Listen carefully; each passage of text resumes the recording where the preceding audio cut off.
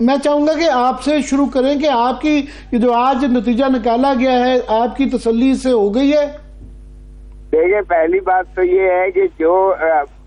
ہمیں بڑا شدید اعتراض ہے تو پرائم منسٹر صاحب وہ چیف جسٹس کے ساتھ ملاقات پر بھی، کیونکہ یہ عجیب بات ہے کہ جو ایگزیکٹو پر الزام لگایا ہے 6 جج صاحبان نے اسلام آباد ہائی کورٹ کے، یعنی اسی اطار کے لونڈے سے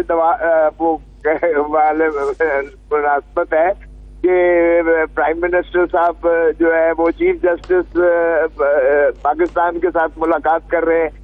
ارے بھائی، سارا شکایت تو انہی کی ہے، اور یہ شاخسانہ شروع کہاں سے ہوتا ہے؟ عمران خان کو یہ بایو میٹرک کرواتے ہوئے اسلام آباد ہائی کورٹ کے اندر سے کو رف اپ کر کے اٹھایا جاتا ہے، ہائی کورٹ کے عملے کو زد و کوب کیا جاتا ہے، وہاں میز اور کرسیاں اور جو کھڑکیاں ہوتی ہیں وہ پاش ہوتی ہیں، وکلا کو مارا جاتا ہے، وہاں سے اس کو گرفتار 9 مئی کو کیا جاتا ہے، اور اس پر کیوں کر یہ جو ہے جب اس کی یعنی ایک جو جسٹس کا کانسیپٹ ہے وہ ہی کرش ہو جاتا ہے جب آپ عدلیہ ایوان عدل سے جا کے کسی شخص کو جو نالش لینے گیا ہو، انصاف کی وہ تلاشی ہو، اس کو وہاں سے آپ اس طرح سے جو ہے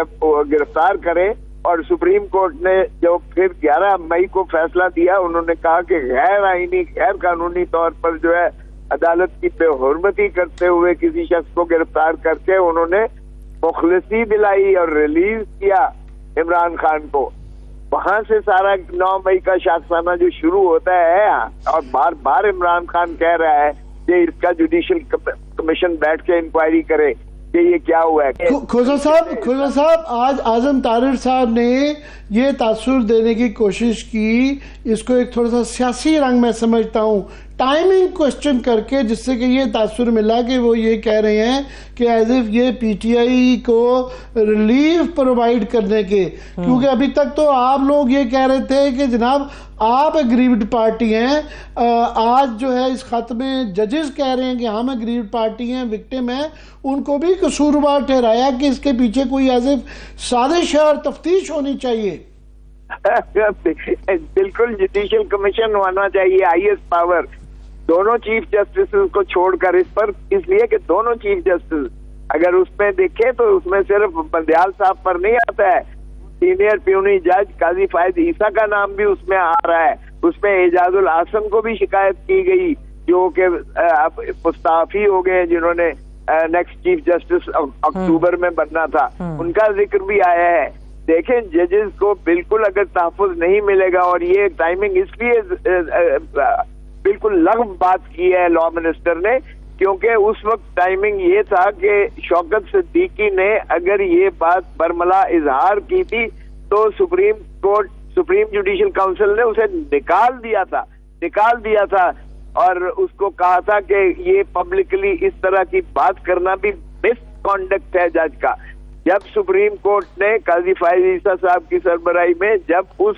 جوڈیشل کمیشن کے فیصلے کو وائڈ اور میلافائڈے کر کے کورم نان جوڈس کیا انہوں نے، تب یہ جج نے کہا کہ اس کا مطلب یہ ہوا کہ اب ہم شوکت صدیقی کے اس مطالبے کے تائید کرتے ہیں کہ اس کی انکوائری کی جائے، کیونکہ وہ تھمی نہیں ہے بات۔ پھر انہوں نے اپنی جو ہے یہ ساری باتیں لکھی ہیں، اور اس کے بعد جو ہے میں سمجھتا ہوں آپ حیران ہوں گے کہ یہ ایسا کیپچر کیا گیا ہے ادارے کو، انسٹیٹیوشنل کیپچر ہے جسے کہتے ہیں، کہ اگر آپ باقی ہائی کورٹوں کا بھی حال دیکھ لیں تو یہی ہو رہا ہے۔ آپ نے آج یہ کہا کہ یہ باقی ہائی کورٹوں میں بھی یہ اگر بکسا کھلے گا تو باقی جگہ بھی ایسی ہی صورتحال ہے، اور اس خط میں انہوں نے بھی کہا ہے کہ کنونشن بھی بلایا جا سکتا ہے جس میں باقی ہائی کورٹوں میں چیک کریں۔ تو کیا باقی ہائی کورٹ کی آپ کے پاس کچھ شواہد ہیں یا آپ کی یہ فیلنگ ہے؟ نہیں متین، 100% ہمارے پاس شواہد ہیں۔ جس طرح سے من پسند یہاں بینچز بنائی جاتی ہیں، باقی ہائی کورٹوں میں ان من پسند ججز کے پاس بھیجا جاتا ہے جو ماشاءاللہ جن کو تاج پوشی کے لیے لے کر آئے ہیں، جو مجرم تھے، جو سزا یافتہ تھے، جن کو